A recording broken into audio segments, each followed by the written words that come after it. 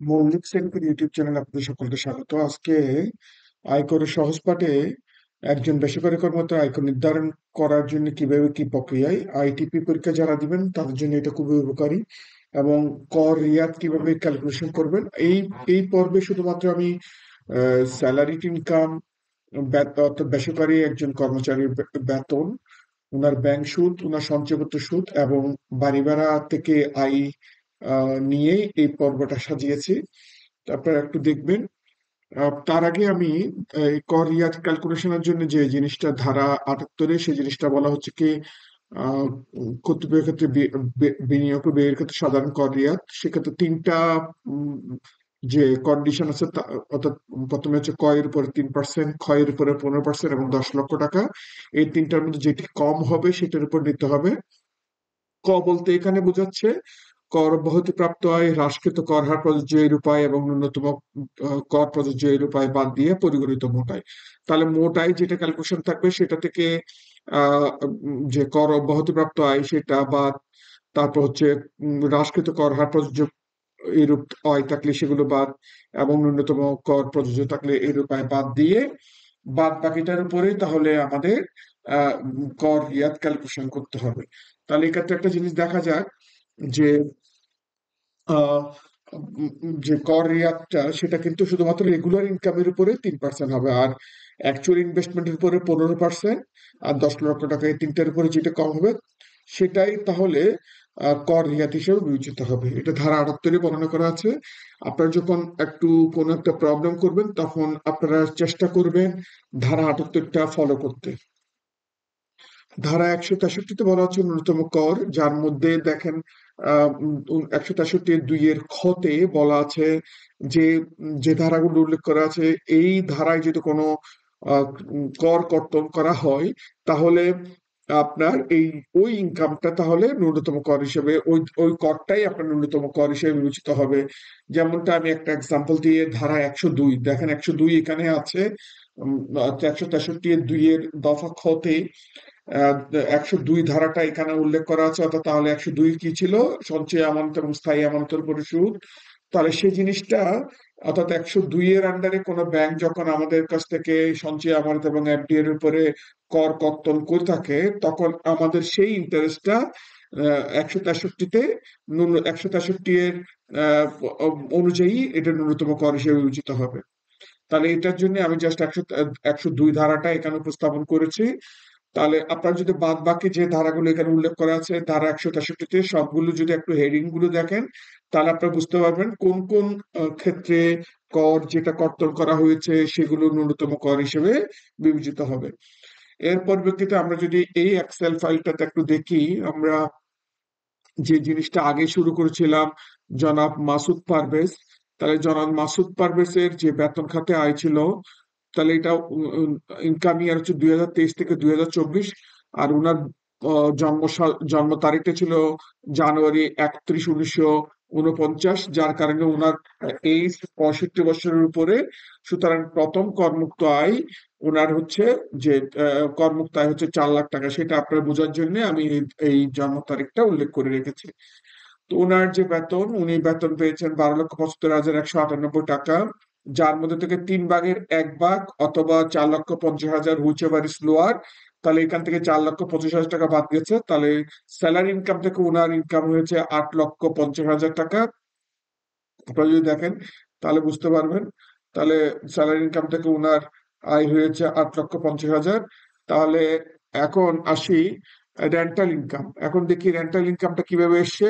আমরা গত পর্বে যে করছি, উনার একটা প্রবলেম ছিল আয়কর নির্দেশিকায়, সেটাকে আমরা মাসুদ পারভেজের সাথে কনসিডার করে নিয়েছি যে দুইটা ফ্ল্যাট, উনার ৩ তলা একটা বাড়ি ছিল, ৩ তলা বাড়ি থেকে 2টা ফ্ল্যাট উনি ভাড়া দিয়েছেন।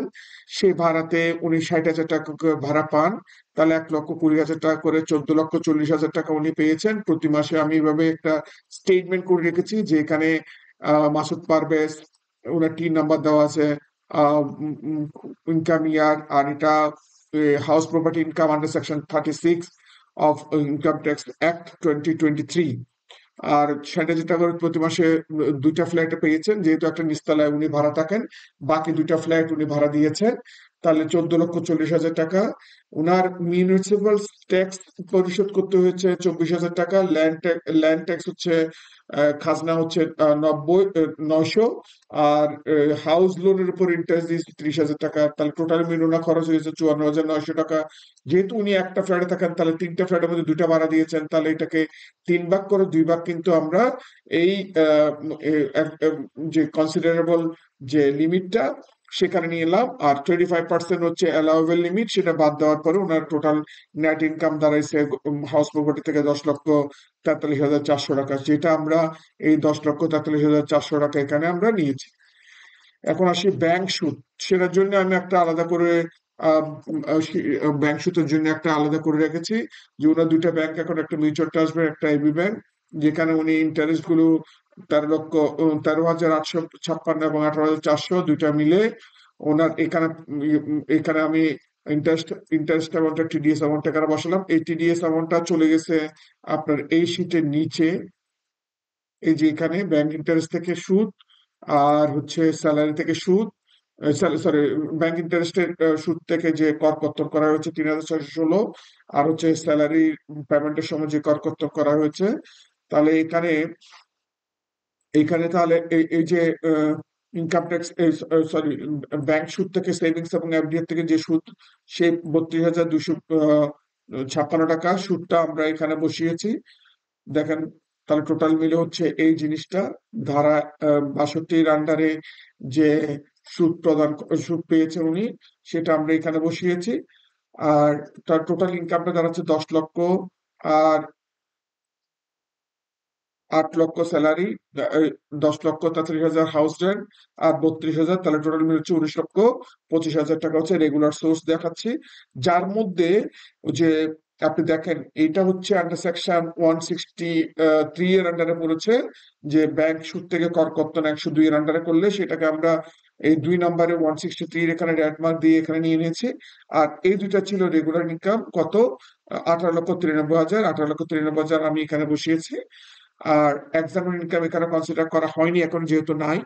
আর উনি সঞ্চয়পত্র সুদ পেয়েছে, ওনার কাছে সঞ্চয়পত্র ছিল গত বছরে 46,50,000 যার মধ্যে থেকে উনি সঞ্চয়পত্র সুদ পেয়েছেন 12,34,000। 1,20,000 টাকা ওনার ট্যাক্স কর্তন করা হয়েছে। তাহলে সেই জিনিসটা আমরা এখানে, যেহেতু এটা ফাইনাল সেটেলমেন্ট সঞ্চয়পত্র, এটা এই কারণে এখানে বসিয়েছি। তাহলে 12,34,000। আর টোটাল মিলে ওনার ইনকাম হচ্ছে 31,60,64 টাকা, বাট ট্যাক্স ক্যালকুলেশন হবে এই 19 লাখের উপরে। তাহলে এই 19 লাখের উপর প্রথম 4 লাখ টাকার উপর 0%, পরবর্তী 1 লাখ টাকা, 4 লাখ টাকা, 5 লাখ, 5 লাখ, পরবর্তী ব্যালেন্স 25,000। তাহলে টোটাল মিলে ট্যাক্স আসছে এই যে এটার উপর 5%, তারপর 10%, 15%, 20%, 25%, টোটাল মিলে ট্যাক্স আসছে 2,26,447 টাকা। যেখানে ফাইনাল সেটেলমেন্ট এটা একটা এসআরও দিয়ে করা হয়েছে, যে সঞ্চয়পত্র সুদ ফাইনাল সেটেলমেন্ট, সেই জিনিসটা ওই এসআরওটা আমি উল্লেখ করে রেখেছি, আপনারা চাইলে এটা রেফারেন্সটা চেক করে নিতে পারবেন। আর এখান থেকে ট্যাক্স, তাহলে টোটাল ইনকাম ছিল সঞ্চয়পত্রের সুদের থেকে আয় ছিল 12,34,246 টাকা, যার মধ্যে থেকে কর কর্তন করা হয়েছে 1,20,578 টাকা। টোটাল মিলে ট্যাক্স আসছে তাহলে 3,47,025 টাকা টোটাল ট্যাক্স আসছে, যেহেতু এটা ফাইনাল সেটেলমেন্ট, এটাই তাহলে ট্যাক্স হিসেবে বিবেচিত হবে। তাহলে টোটাল ট্যাক্স পেমেন্ট করতে হবে ওনাকে 3,47,025 টাকা। তাহলে এটা আবার পেমেন্ট হিসাবে এখানে দেখিয়েছে যে উনি ট্যাক্স ডিডাকশন হয়েছে এখানে। তাহলে টোটাল মিলে ওনার অ্যাট সোর্সে ট্যাক্স ডিডাকশন হয়েছে 1,29,194 টাকা। তাহলে এটা হচ্ছে টোটাল ট্যাক্স ডিডাকশন।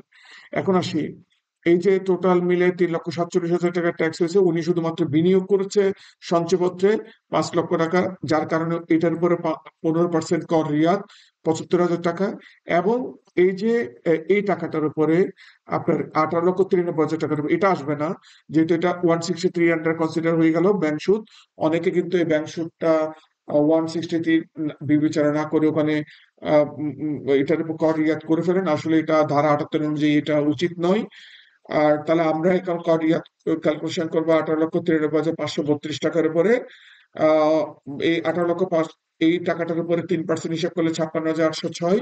তা যার কারণে তিনটার মধ্যে এটা মিনিমাম 56,806 টাকা এখানে বিয়োগ গেলে, তাহলে 2,90,216 টাকা ওনার ট্যাক্স আসবে, যার মধ্যে থেকে অলরেডি ট্যাক্স ডিডাক্টেড হয়েছে 1,29,194। সুতরাং নেট ট্যাক্স পেয়েবল হচ্ছে 1,61,025 টাকা।